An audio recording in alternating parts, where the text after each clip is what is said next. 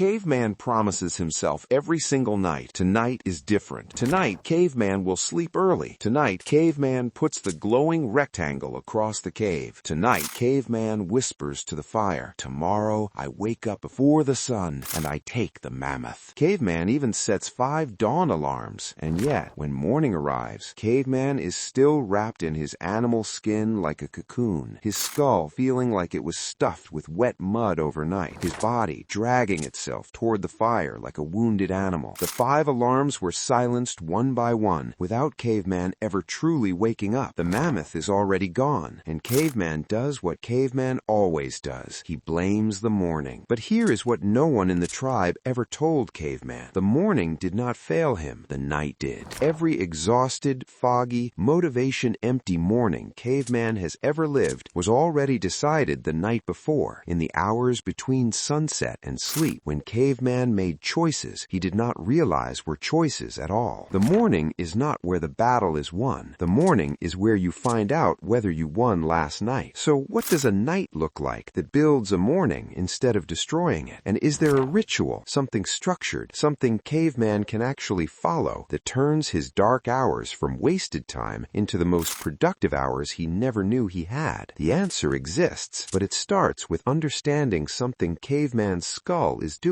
every night without his permission. Level 1. The Caveman who blames the sun. Most cavemen believe the morning is a separate event, a fresh start, a clean slate that arrives regardless of what happened the night before. This is the first lie. Caveman's brain does not restart at sunrise. It continues. Whatever state Caveman's skull was in when he finally collapsed into sleep, that is the state the brain spends the dark hours processing, wiring, and reinforcing. The brain during sleep is not resting. It is working. It is filing. It is deciding which pathways to strengthen and which to abandon based entirely on what Caveman fed it in the final hours before he closed his eyes. Feed it chaos, the valley scroll, the tribe's drama, the flickering excitement of one more story before sleep, and the brain spends the night wiring chaos deeper. Feed it calm, and the brain wires calm. Caveman wakes up exhausted and blames the morning. The morning is innocent. It was built in the dark. Level 2. What Caveman's skull does after dark. Here is the science Caveman needs to understand. Researchers studying sleep and cortisol found that the body is supposed to produce a slow cortisol rise in the early morning hours, the biological signal that wakes Caveman up, feeling alert and ready. But cortisol follows a rhythm, and that rhythm is set by when Caveman sleeps, how deeply he sleeps, and crucially, what his nervous system was doing in the final hour before sleep arrived. Stay awake past the body's natural sleep window, staring at the glowing rectangle, which pumps blue light directly into Caveman's eyes and tells his brain it is still midday, and the cortisol curve scrambles. Instead of a clean rise at dawn, Caveman gets a flat, broken signal. He wakes at 40% power, wondering why he feels worse than when he went to sleep. Dopamine also resets during the dark hours, but it resets toward whatever pattern Caveman established before sleep. Feed it the valley scroll's fast rewards all evening, and the brain recalibrates to expect that stimulation level the moment Caveman opens his eyes. Real work, the hunt, the deep focus, the mammoth feels gray and impossible before the day has even started. Caveman's skull is a smoothie maker. Whatever he drops in the final hours of night is the exact flavor he wakes up tasting. Garbage in at night, garbage morning. Level 3. The signal Caveman's cave was missing. Here is where Caveman made his first real mistake, and it is not the one he expected. Caveman had no signal. Every day had a clear start. The sun rises, Caveman hunts. The hunt ends, Caveman eats. But the night had no signal. Night arrived, and Caveman just drifted. One more story by the fire. One more glance at what the other cavemen were doing across the valley. One more thing before sleep, and then another, until the dark hours were gone, and sleep arrived not by choice, but by collapse. The night without a signal is a trap, because willpower in the evening is not a tool. It is a depleted resource. Caveman has been making decisions, resisting distractions, and spending mental energy all day. By nightfall, his willpower is the equivalent of a spear with no tip. Relying on it to resist the valley scroll is like relying on a tired hunter to outrun a predator. It will not work. Caveman does not need more willpower willpower at night. He needs a system that removes the decision entirely. The signal is that system. One clear, unmistakable trigger that tells Caveman's brain the day is over. The new phase begins now. Level 4. The 6 steps of the dark hours ritual. This is not a list of nice ideas. This is the exact sequence that transforms Caveman's night from drift into design. Step 1. The sunset signal. Caveman picks one unchanging trigger that fires at the same time every night. It can be a specific fire configuration, a particular tea being brewed, or simply the act of moving from the main cave area to the sleeping space. The content of the trigger matters less than its consistency. Once the trigger fires, the day is closed. The glowing rectangle goes into the corner. App limits activate. Do not disturb turns on. The signal is not a preference, it is a rule. The difference between a preference and a rule is that Caveman negotiates with preferences. Rules do not negotiate. Step 2. The digital sunset. The glowing rectangle emits light that Caveman's brain reads as midday sun. This is not a metaphor. This is biology. 1 hour before sleep, the rectangle goes dark. Not in the other room, not face down on the rock. Dark. The valley scroll has a closing time now. Every day, without exception. Caveman once tried hiding the rectangle from himself. The problem was that Caveman was the one who hid it, so Caveman always knew exactly where it was. That's why the rule matters more than the hiding spot. Step 3. The early signal to the body. Caveman used to wait until he was nearly asleep to wash and prepare. Then the cold water would jolt him awake and reset everything. The body rituals, the face washing, the teeth, the physical preparation for sleep must happen early in the routine, while Caveman still has energy to do them calmly. A ritual done under pressure is not a ritual, it is a scramble. Step 4. The skull dump and the single domino. At night, Caveman's brain runs like a jungle full of noise. The hunt deadline, the tribe member who said something strange, the cave repair Caveman has been avoiding for 3 weeks, the new idea that arrived at dusk and needs to be followed immediately at 2 in the morning. If Caveman tries to sleep with all of this bouncing in his skull, he doesn't sleep. He tosses, he processes, he stares at the cave ceiling. The solution is the skull dump. Caveman grabs stone and clay and writes everything out. 3 things that went well, 3 things Caveman learned, 1 thing that could be better. Once it's on the clay, the brain releases it. It no longer needs to hold the thought. The jungle goes quiet. Then Caveman does what Caveman always does. He chooses 1 domino, 1 main task, the single thing that, if completed, makes tomorrow already feel like a victory. 1 domino, not 20. 1. Step 5. The calm before dark. Caveman trades the valley scroll for chamomile root tea and a scroll of real knowledge. Minimum 20 minutes. If Caveman reads the same sentence 4 times without processing it, that's not reading. That's the sleep signal arriving. Close the scroll, honor it. Step 6. The cave reset